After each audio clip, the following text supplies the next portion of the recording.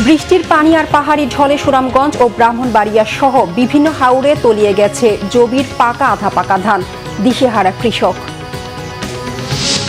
হাওরের কৃষকদের ৩ মাসের সহায়তার প্রতিশ্রুতি প্রধানমন্ত্রীর। চট্টগ্রামে জলাবদ্ধতায় দুঃখ প্রকাশ, বললেন বাজেটের উপর চাপ হবে না ফ্যামিলি কার্ড। লিটারে ৪ টাকা বাড়ানো হলে সয়াবিন তেলের দাম। ঈদুল আজহার পর আবারও মূল্য সমন্বয়ের দাবি ব্যবসায়ীদের। শিশু সন্ত্রাসী টিটন হত্যায় জড়িত কয়েকজন শনাক্ত। গরুর হাট নিয়ে পিচ্চি হেলালের সঙ্গে বিরোধের তথ্য বড় ভাইয়ের।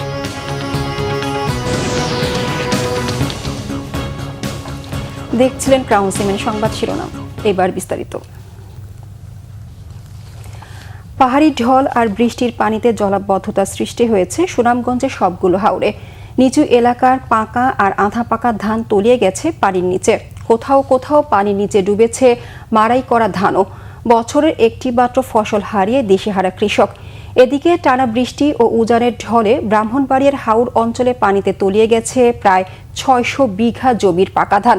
সুনামগঞ্জ প্রতিনিধি মাসুম হেলাল ও ব্রাহ্মণবাড়িয়া প্রতিনিধি আশিকুল ইসলামের পাঠানো তথ্য ছবিতে রিপোর্ট। দিগন্ত জুড়ে যেখানে ছিল সোনালী ধানের সম্ভার, সেখানে এখন অথই পানি। বছরের একটি মাত্র ফসল তলিয়ে গেছে পানির নিচে।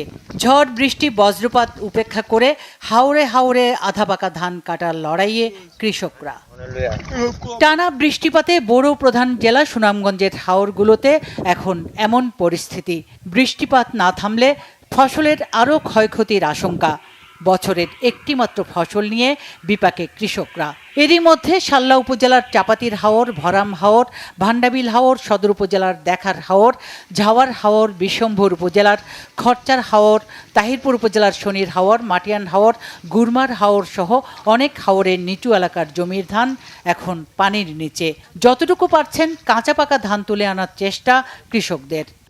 আমরা এগুলো পানির তলে গেছি কি আমরা কাটেরাম অনেক কষ্ট কইরা আকতবার পরে পরে যে জরিয়ায় মেঘায় বড় বড় টাটা দে দৌড়িয়া যাওয়া লাগে ওই দোকানও পানি একবার কাটছি খেতে কামড়া দিয়ে এই পানি বাজে কাটটা ওখানে একবার তুলসি টানো টানো আগে পানি আইছে এই পানি অনেক তো বাইক ৩-৪ দাও কষ্ট হচ্ছে ভাই। সব ধান তলিয়ে গেছে, মুষ্টিময় কয়েকটা গিরছে ধান কাটছে। এখন সরকারের উচিত আমরা যতগুলা কৃষক আছি যারা কাটতে পারছি না আমাদের পাশে দাঁড়ান। ধানগুলো আমরা তুলতেছি, এগুলো মনে করেন আমরা কাটছি কিন্তু পানির থেকে, ওখানে আবার মনে করেন যে পানির থেকে কাটার পর ওখানে আবার পানি ধরছে ধানের মেঝে। এখন পর্যন্ত হাওরে ৫৫ ভাগ ফসল কাটা সম্পন্ন হয়েছে বলে জানিয়েছে কৃষি বিভাগ। জলাবদ্ধতা ও শিলাবৃষ্টিতে নষ্ট হয়েছে ৭,০০০ হেক্টর জমির ফসল। কয়েকদিন যাবৎ বৃষ্টির কারণে বিভিন্ন জায়গায় জলাবদ্ধতা সৃষ্টি হয়েছে। এতে কিছু জমি আমাদের প্রাথমিকভাবে আক্রান্ত হয়েছে, সেটার পরিমাণ হলো ৫,০০০ হেক্টর। ধান কর্তন পুরোপুরি চলছে, আবহাওয়ার কারণে কিছুটা বিলম্বিত হচ্ছে। আজকে বৈরী আবহাওয়া ছিল, কিছুটা বিলম্বিত হচ্ছে। আর বিগত দিনগুলোতে ধান কর্তন স্বাভাবিকভাবে চলছিল।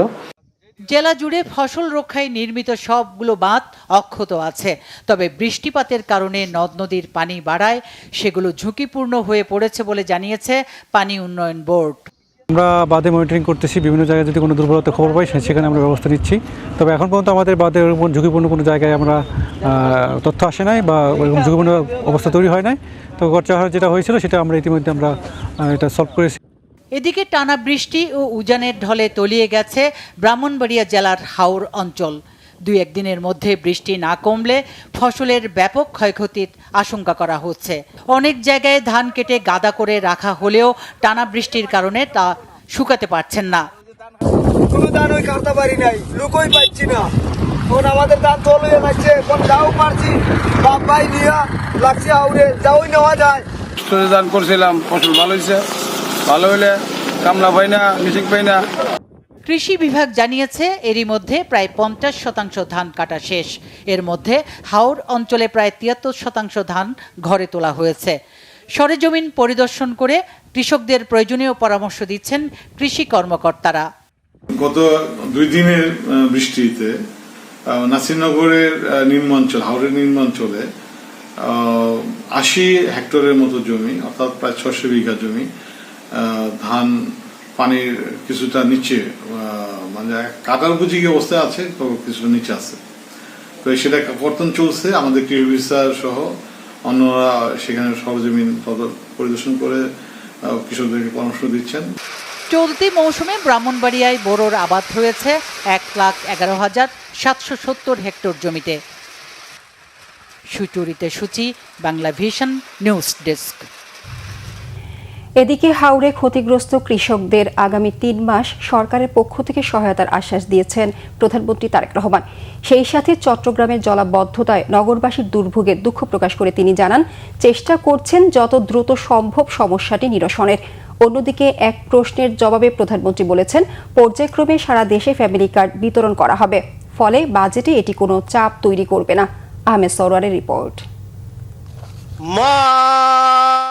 স্পিকার হাফিজউদ্দিনের সভাপতিত্বে বুধবার সকালে সংসদের কার্যক্রম শুরু হলে সদস্যদের বিভিন্ন প্রশ্নের উত্তর দেন প্রধানমন্ত্রী তারেক রহমান। এনসিপির সংসদ সদস্য হাসনাত আব্দুল্লাহর প্রশ্নের জবাবে প্রধানমন্ত্রী জানান, ফ্যামিলি কার্ড রাষ্ট্রের এক ধরনের বিনিয়োগ, এর মাধ্যমে অর্থনীতি আরও সচল হবে।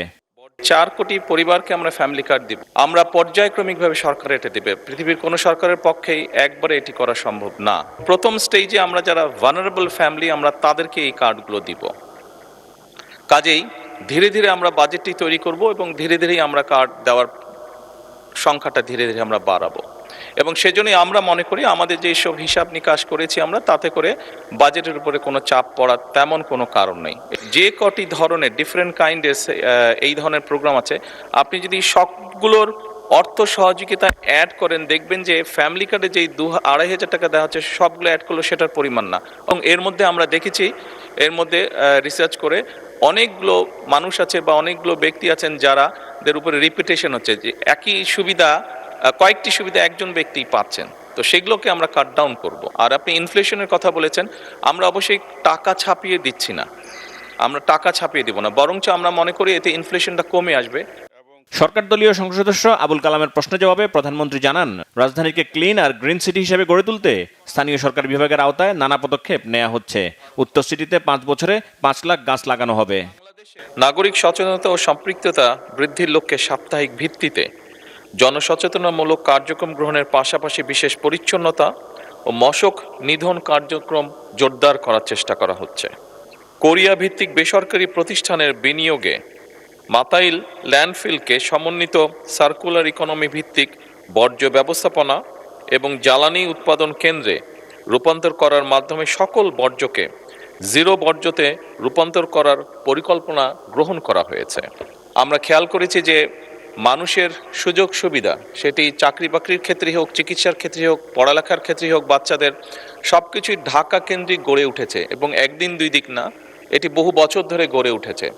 আনফর্চুনেটলি সারা দেশকে ঘিরে এই সুবিধাগুলো আমরা সেভাবে গড়ে তুলতে সক্ষম হইনি এখনো, এবং সে কারণেই স্বাভাবিকভাবে সারা দেশ থেকে মানুষ ঢাকামুখী হয়ে থাকে। দীর্ঘমেয়াদী পরিকল্পনার মধ্যে আমাদের লক্ষ্য হচ্ছে ধীরে ধীরে দেশের সকল অংশেই পর্যায়ক্রমিকভাবে এই বেসিক সুবিধাগুলোকে গড়ে তোলা। আমরা মনে করি এই সুবিধাগুলো যদি আমরা গড়ে তুলতে পারি, তাহলে মানুষ কম উৎসাহিত হবে ঢাকা শহরে আসার জন্য, এবং এর মাধ্যমেই আমরা ধীরে ধীরে ঢাকার উপরে চাপ কমাতে সক্ষম হব বলে আমরা মনে করি। পয়েন্ট অফ অর্ডারে সরকার দলীয় সংসদ সদস্য সাইদ আল নোমান চট্টগ্রামের জলাবদ্ধতা নিয়ে প্রধানমন্ত্রীর দৃষ্টি আকর্ষণ করেন। জলাবদ্ধতা নিরসনে সরকার কাজ করছে বলেও জানান প্রধানমন্ত্রী। এরই মধ্যে সিটি কর্পোরেশনের যে প্রশাসক আছে, ওনার সাথে আমার কথা হয়েছে, উনি এর মধ্যেই চেষ্টা করছেন, কিন্তু এখন তো এটা অনেক বড় একটা ওয়াটার লগ হয়ে গিয়েছে, স্বাভাবিকভাবে একটু সময় লাগবে। এই কষ্টের জন্য আমি আমার অবস্থান থেকে চট্টগ্রাম শহরে বসবাসকারী সকল নাগরিকের কাছে আন্তরিকভাবে দুঃখ প্রকাশ করছি। আমরা চেষ্টা করছি যত দ্রুত সম্ভব এই সমস্যাটা থেকে মানুষকে বের করে নিয়ে আসা যায়। মাননীয় স্পিকার, ধন্যবাদ। এদিকে হাওর অঞ্চলে ক্ষতিগ্রস্ত কৃষকদের আগামী 3 মাস সরকারের পক্ষ থেকে সহায়তা করা হবে বলে জানান প্রধানমন্ত্রী। ফসল নষ্ট হয়েছে। আহমেদ সরওয়ার, বাংলা ভিশন, ঢাকা। 3 মাস আমরা সংবিধান সংশোধনে কমিটি গঠনে সদস্যদের নাম দিতে সময় নিয়েছে বিরোধী দল। এদিকে সংসদে কাদা ছোড়াছুড়ি বাদ দিয়ে দেশকে এগিয়ে নিতে ইতিবাচক দৃষ্টিভঙ্গি নিয়ে এগিয়ে যাবার উপর জোর দিয়েছেন সংসদ সদস্যরা। রাষ্ট্রপতির ভাষণের উপর আলোচনায় এই আহ্বান জানান সরকার ও বিরোধী দলীয় সদস্যরা। আহমেদ সরওয়ারের আরেকটি রিপোর্ট।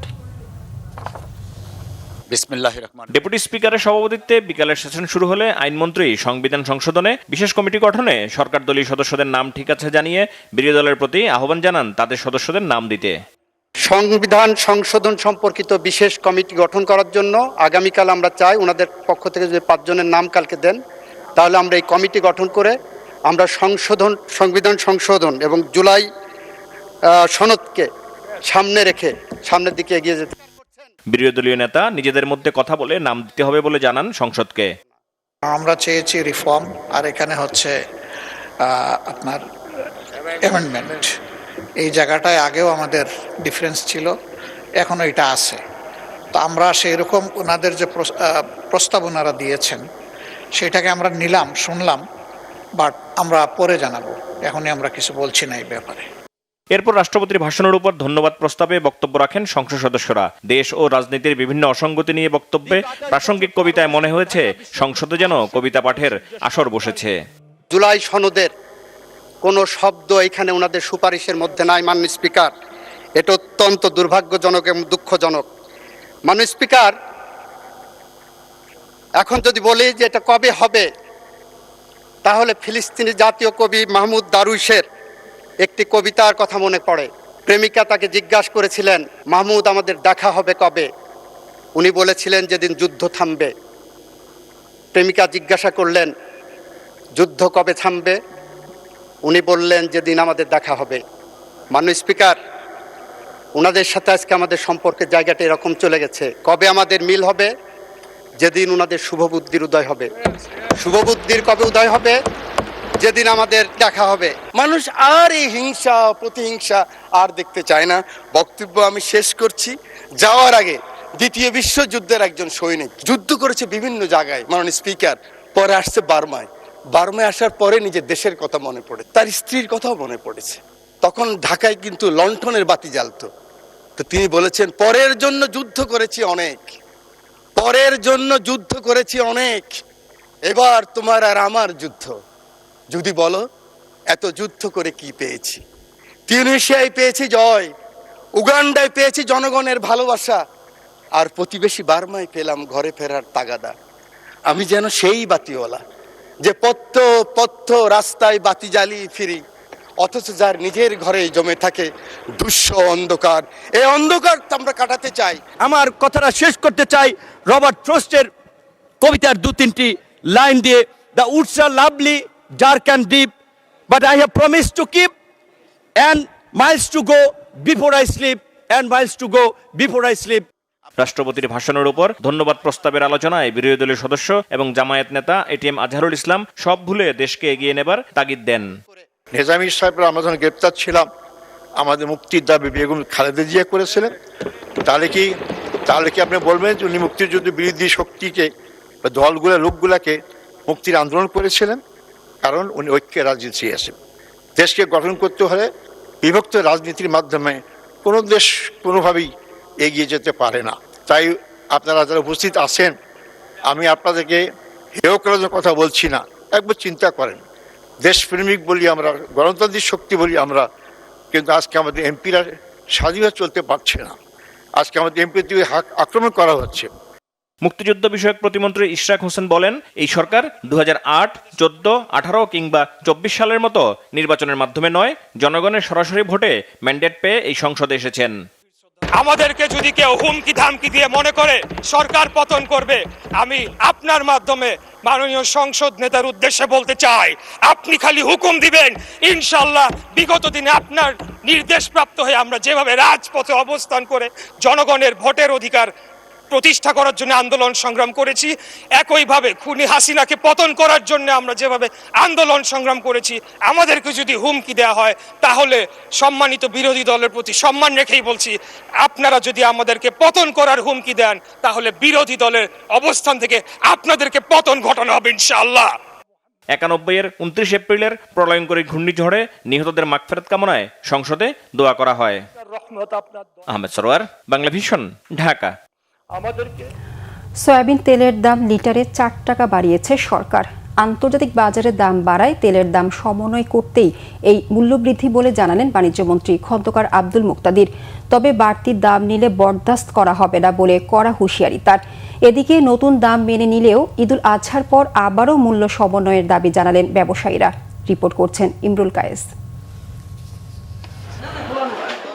বেশ কিছুদিন ধরেই সয়াবিন তেলের দাম বাড়ানোর দাবি ছিল ব্যবসায়ীদের। আন্তর্জাতিক বাজারে দাম বৃদ্ধি এবং সে অনুযায়ী দেশীয় বাজারে মূল্য না বাড়ায় সয়াবিনের ঘাটতির কথা জানিয়ে আসছিলেন তারা। বুধবার সচিবালয়ে সয়াবিন তেল আমদানিকারকদের সাথে বৈঠকের পর বাণিজ্যমন্ত্রী জানান, উৎসে দাম বাড়ায় স্থানীয় বাজারে সয়াবিন তেলের দাম বাড়াতে ব্যবসায়ীদের দাবি যৌক্তিক। দাম সমন্বয়ের কারণে বাজারে সরবরাহ পরিস্থিতি স্বাভাবিক হবে, সেই সাথে বৈশ্বিক পরিস্থিতি বিবেচনা করে ভোক্তারা বর্ধিত দাম মেনে নেবেন বলে আশা তার। পূর্ব নির্ধারিত বোতলজাত সয়াবিন তেলের মূল্য ছিল 195 টাকা লিটার, সেটি এখন থেকে হবে 199 টাকা। আর একইভাবে লুজ সয়াবিনের সাথেও সমপরিমাণ যোগ হবে, লিটার প্রতি 175 থেকে 179 হবে। এ সময় দাম সমন্বয় পুরোপুরি হয়নি বলে মন্তব্য করেন তেল ব্যবসায়ী সমিতির নেতারা। এটা যেটা হয়েছে অত্যন্ত মিনিমাম, কিন্তু আমাদের এটা অ্যাডজাস্টমেন্টটা পুরোপুরি হয় নাই। তারপরেও মাননীয় মন্ত্রী যেখানে বলছে আমরা সেই জিনিসটাই মেনে নিচ্ছি। আমার মনে হয় ঈদের পরে মাননীয় মন্ত্রী যদি জিনিসটা ভালোভাবে দেখে এইটাকে ঠিক করে না দেয়, তাহলে হয়তো ব্যবসায়ীরা কি করবে, তারা প্রাইভেট সেক্টর ব্যবসায়ী, তারা তো আসলে ব্যবসার প্রভাব কমিয়ে দেবে। আন্তর্জাতিক বাজারে দাম কমলে দেশীয় বাজারেও সয়াবিন তেলের দাম কমানো হবে বলে জানান বাণিজ্যমন্ত্রী খন্দকার আব্দুল মুক্তাদির। ইমরুল কায়েস, বাংলা ভিশন, ঢাকা। অর্থমন্ত্রী আমির খুসরো মাহমুদ চৌধুরী জানিয়েছেন, আওয়ামী লীগ সরকার মেগা প্রকল্প বাস্তবায়নের নামে অর্থ পাচার করেছে। বিএনপি সরকার দেশে বিনিয়োগের সেরা রিটার্ন পাওয়ার আশায় বড় বাজেট দিচ্ছে বলে জানিয়েছেন তিনি। বুধবার রাজধানীর একটি হোটেলে এনবিআর এবং এফবিসিসিআই আয়োজিত জাতীয় রাজস্ব বোর্ডের পরামর্শ কমিটির সভায় এ তথ্য দেন তিনি। অনুষ্ঠানে ব্যবসায়ী নেতারা শুল্ক কর যৌক্তিক করা এবং ভ্যাট হার 15% উন্নীত করার আগে সব অংশীজনের মতামত নেয়ার তাগিদ দেন। বাণিজ্যমন্ত্রী খন্দকার আব্দুল মুক্তাদির বলেন, ব্যাংকের উচ্চ সুদহার ও জ্বালানি সমস্যা সহ নানা চ্যালেঞ্জের মধ্য দিয়ে যাচ্ছে বাংলাদেশ। দেশকে এগিয়ে নিতে ট্যাক্স জিডিপির হার বাড়ানোর বিকল্প নেই উল্লেখ করে তিনি বলেন, বেসরকারি খাতের সহায়তা ছাড়া দেশকে এগিয়ে নেওয়া সম্ভব নয়। সরকার ব্যবসার খরচ কমানো এবং অযৌক্তিক বাধা 3 মাসের মধ্যে দূর করার প্রতিশ্রুতি দেন বাণিজ্যমন্ত্রী আমির খুসরো মাহমুদ চৌধুরী। ট্যাক্স নেট বাড়াতে ব্যবসায়ীদের সহায়তা চান তিনি। তার সরকার বড় বাজেট দিলেও সেটা ভালো বিনিয়োগের বড় রিটার্ন সমাজে ফেরত আসবে বলে উল্লেখ করেন অর্থমন্ত্রী। সেই বড় বাজেটের কোনো ভুল নেই, আপনি বড় বাজেট করে যদি কোয়ালিটি বাজেট করে বিনিয়োগের রিটার্ন হয়, তাহলে বড় বাজেট অসুবিধা নেই। আমরা যে এখন বিনিয়োগগুলো করতে যাচ্ছি বর্তমান সরকার, আমরা ক্রাইটেরিয়া করছি কোথায় বিনিয়োগ করছি, ভ্যালু পারমানেন্ট। আমি যে বিনিয়োগটা করছি এটা আমি ভ্যালু আছে, আমার এটা বিনিয়োগের রিটার্ন আছে, আমি যে বিনিয়োগটা করছি private sector, government is no difference in private sector, একই তো। আমি যে বিনিয়োগটা করছি রিটার্ন আছে। শীর্ষ সন্ত্রাসী নাঈম আহমেদ টিটন হত্যায় জড়িত কয়েকজনকে শনাক্ত করা হয়েছে। তাদের গ্রেপ্তারে অভিযান চলছে বলে জানিয়েছে গোয়েন্দা পুলিশ। এদিকে টিটনের সাথে বসিলায় গরুর হাটের ইজারা নিয়ে আরেক সন্ত্রাসী পিচ্চি হেলালের বিরোধ চলছিল বলে জানিয়েছে নিহতের বড় ভাই। নাবিল জাহাঙ্গীরের রিপোর্ট।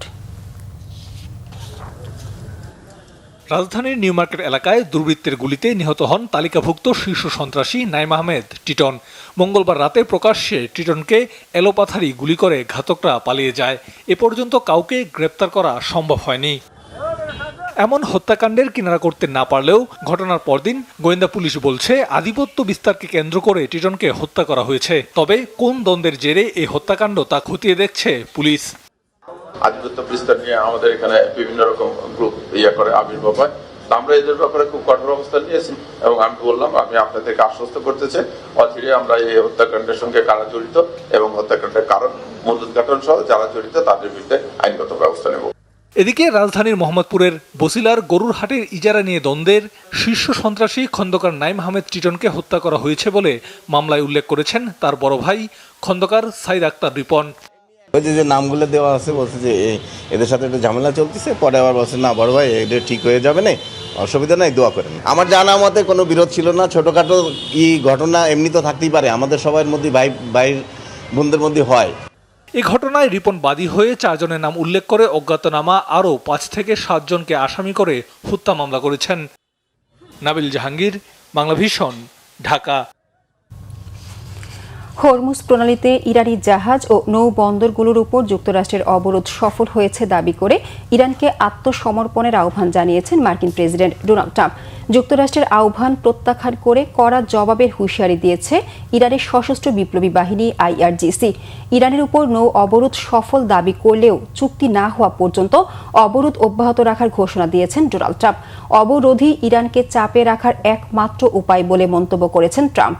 পাকিস্তানে দ্বিতীয় দফার বৈঠক ব্যর্থ হওয়ার পর চুক্তির বিষয়ে ইরানের সাথে ফোনালাপ চলছে বলেও জানিয়েছেন তিনি। তবে যুক্তরাষ্ট্রের চাপের মুখে পরাজয় মানতে নারাজ ইরান। নিষেধাজ্ঞা তুলে না নিলে কঠোর সামরিক পদক্ষেপ নেওয়ার হুঁশিয়ারি দিয়েছে ইরানের সামরিক বাহিনী। কূটনৈতিক আলোচনাকে সুযোগ দিতেই ইরান এতদিন সংযত রয়েছে বলে দাবি করেছে তাদের। এদিকে হরমুজ প্রণালীতে অচলাবস্থার কারণে বিশ্বব্যাপী জ্বালানি তেলের দাম ব্যারেল প্রতি $120 পৌঁছেছে। যুক্তরাষ্ট্রেও তেলের গড় দাম 4 বছরের মধ্যে পৌঁছেছে সর্বোচ্চে। টিকা কার্যক্রম অব্যাহত থাকলেও এখনও হাম আক্রান্ত হয়ে হাসপাতালে ভর্তি হচ্ছে অনেক শিশু। মফস্বল হয়ে রাজধানী সরকারি বেসরকারি হাসপাতাল ঘুরে চিকিৎসার ব্যয় সামলাতে হিমশিম খেতে হচ্ছে হাম আক্রান্ত শিশুদের পরিবারকে, জানাচ্ছেন সৈকত সাদিক। রাজধানীর শিশু হাসপাতালে টানা 7 দিন চিকিৎসা চলে হাম আক্রান্ত এই সন্তানের। আইসিইউ না পেয়ে বাধ্য হয়ে ছুটছেন অন্য হাসপাতালে। যেভাবে হোক সন্তানকে বাঁচিয়ে রাখার প্রাণপণ চেষ্টা। আবার টানা 21 দিন আইসিইউতে রেখে চিকিৎসা শেষে শিশুকে কাছে পেয়ে খুশি পটুয়াখালীর হাফেজ জাকারিয়া। পটুয়াখালী সদর হাসপাতাল, রাজধানীর একটি বেসরকারি হাসপাতাল এবং শিশু হাসপাতালে 1 মাস চিকিৎসা বাবদ তার ব্যয় হয়েছে প্রায় 3.5 লাখ টাকা। আইসিইউতে তাদের বেড যতগুলো ছিল ওই কটা রুগী তারা রাখে, এই জন্য অন্য যখন খালি হয়, যখন আমি কালকে বের হয়েছি, কালকে একজন আমার ওই জায়গায় দিছে। যখন ওরে অসুস্থ ছিল তখন ওরে দেখতে পাই না, এখন যেহেতু আমার কোলে আছে, ওই সুস্থ আছে, এই কষ্টগুলো আমার কাছে এখন পানি হয়ে গেছে। এই হাসপাতালে আসা বেশিরভাগ শিশুর অভিভাবকরা জানান জেলা সদর হাসপাতালে যথাযথ চিকিৎসা না পেয়ে আসতে হচ্ছে রাজধানীর হাসপাতালে। আমরা মকসুদপুর ভর্তি ছিলাম, তারপরে ওইখান থেকে ঢাকা পাঠাইছে, এইখানে আসছিলাম, তখন সিট পাইনি, এই জন্য 8 দিনে চলে গেছিলাম, ওইখানে 2 দিন ভর্তি ছিলাম। 2 দিন পরে ওর হাম দেখা দিছে, তারপরে এইখানে আসছি। প্রতিদিন একবার করে ডাক্তার আসে আর সরকারি হাসপাতালে, আর ওই নার্সেরা খুব কম, কিন্তু ওই যারা ইন্টার্নি করে ছাত্রীরা ওরাই ওই হাসপাতালে দেখাশোনা করতেছে। ওরা কি দেখবে, দেখা যাচ্ছে মেলা রুগী ওখান থেকে এখানে ভর্তি হইতেছে। অনেকেই বলছেন সন্তানদের কাঙ্ক্ষিত চিকিৎসার আশায় শিশু হাসপাতালে নিয়ে এলেও হাসপাতালে ভর্তি কিংবা সিট পেতে বেশ ভোগান্তি পোহাতে হয়। সিট পাইতে আমাদের অনেক কষ্ট হয়েছে। আমরা ওই যে গেটের সামনে আমরা 3-4 ঘন্টা ওকে নিয়ে দাঁড়িয়ে আছি, ওর অবস্থা কিন্তু তখন অনেক ক্রিটিক্যাল ছিল। হাম হওয়ার পরে এখানে 8 দিন ধরে ভর্তি অলমোস্ট, তো 5 দিন পরে আমাদের ছুটি দেওয়ার কথা প্রায় শেষের দিকে, তো এখন বাচ্চার দেখা গেছে নিউমোনিয়া হয়ে গেছে। এখানে ডায়রিয়া, জ্বর আর শ্বাসকষ্ট নিয়ে ভর্তি হয়েছিলাম, নিউমোনিয়া নিয়ে, পরে আস্তে আস্তে হাম বের হয়েছে। তো সিট পাওয়া খুবই কষ্টসাধ্য বিষয়। সাধারণ মানুষ আমরা অনেক ভোগান্তিতে পড়ি একটা সিট পাওয়ার জন্য। রাজধানীর শিশু হাসপাতালে বুধবার পর্যন্ত চিকিৎসাধীন হাম আক্রান্ত শিশু 81 জন। গত 24 ঘন্টায় মারা গেছে 1 শিশু। আইসিইউতে চিকিৎসাধীন আছে 14 শিশু। রোগীর চাপ বেড়েছে বলে জানিয়েছেন চিকিৎসকরা। সৈকত সাদিক, বাংলা ভিশন, ঢাকা। জুলাই থেকে প্রাথমিক বিদ্যালয়ের শিক্ষার্থীদের জন্য বিনামূল্যে স্কুল ড্রেস, জুতা ও পাটের তৈরি ব্যাগ বিতরণ শুরু হবে। পাইলট প্রকল্পের আওতায় প্রাথমিকভাবে প্রতিটি উপজেলার 2টি শিক্ষা প্রতিষ্ঠানের শিক্ষার্থীদের বিতরণ করা হবে এসব উপকরণ। সম্প্রতি সারা দেশে প্রাথমিক পর্যায়ে শিক্ষার্থীদের স্কুল ড্রেস, ব্যাগ ও জুতা বিনামূল্যে বিতরণের ঘোষণা দেন প্রধানমন্ত্রী তারেক রহমান। এই কর্মসূচি বাস্তবায়নে ব্যবসায়ী নেতৃবৃন্দের সঙ্গে আন্তঃমন্ত্রণালয় বৈঠক করে শিক্ষা মন্ত্রণালয়। বৈঠক শেষে শিক্ষামন্ত্রী আ.ড.ম আহসানুল হক মিলন জানান, প্রাথমিকভাবে 180 দিনের এই কর্মসূচিতে সরকারের পাশাপাশি বিজিএমই এর পক্ষ থেকে 1 লাখ উপকরণ দেয়া হবে। স্থানীয় সরকার প্রতিমন্ত্রী মীর শাহে আলম জানান, সরকারের সক্ষমতা থাকলেও প্রধানমন্ত্রীর অভিপ্রায় অনুযায়ী সামাজিক কর্মকাণ্ডে ব্যবসায়ীদের অংশগ্রহণ নিশ্চিত করাই তাদের লক্ষ্য। সারা দেশে আগামী শনিবার আনুষ্ঠানিকভাবে শুরু হচ্ছে নতুন কুড়ি স্পোর্টস। ক্রীড়াঙ্গনে তৃণমূলের প্রতিভাবানদের বিশ্বমানের অ্যাথলেট হিসেবে গড়ে তোলার পরিকল্পনা যুব ও ক্রীড়া মন্ত্রণালয়ের। জাতীয় ক্রীড়া পরিষদে এক সংবাদ সম্মেলনে এই আয়োজনের বিস্তারিত জানান ক্রীড়া প্রতিমন্ত্রী আমিনুল হক। স্কুল পর্যায় থেকে 12 থেকে 14 বছর বয়সী কিশোর কিশোরীদের মাঠমুখী করতে নতুন কুড়ি স্পোর্টস এর উদ্যোগ নিয়েছে সরকার। জনপ্রিয় 8টি discipline football, cricket, kabaddi, athletics, দাবা, ব্যাডমিন্টন, সাঁতার ও মার্শাল আর্টে এ পর্যন্ত সারা দেশ থেকে নিবন্ধন করেছে 1,60,779 জন শিক্ষার্থী। সবচেয়ে বেশি প্রতিযোগী সিলেট জেলায় 15,324 জন। উপজেলা, জেলা ও বিভাগীয় স্তর পার হয়ে ঢাকায় হবে প্রতিযোগিতাটির চূড়ান্ত পর্ব। আগামী 2রা মে সিলেট জেলা স্টেডিয়ামে নতুন কুড়ি স্পোর্টসের উদ্বোধন করবেন প্রধানমন্ত্রী তারেক রহমান। ভার্চুয়ালি যুক্ত হবেন জেলা স্টেডিয়ামগুলোতে উপস্থিত প্রতিযোগীদের সাথে।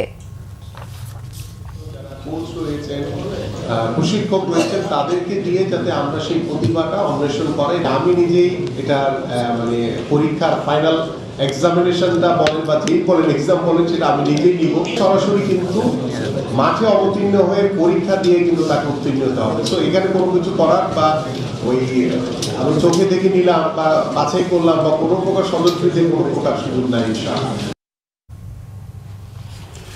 সংবাদ শেষ করব ক্রাউন সিমেন্ট শিরোনামগুলো আরেকবার জানিয়ে।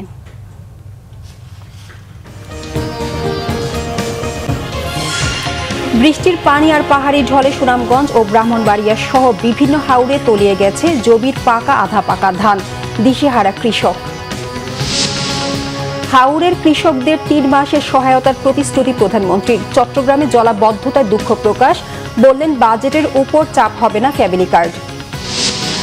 লিটারে 4 টাকা বাড়ানো হলো সয়াবিন তেলের দাম। ঈদুল আজহার পর আবারও মূল্য সমন্বয়ের দাবি ব্যবসায়ীদের। শীর্ষ সন্ত্রাসী টিটন হত্যায় জড়িত কয়েকজন শনাক্ত। গরুর হাট নিয়ে পিচ্চি হেলালের সঙ্গে বিরোধের তথ্য বড় ভাইয়ের।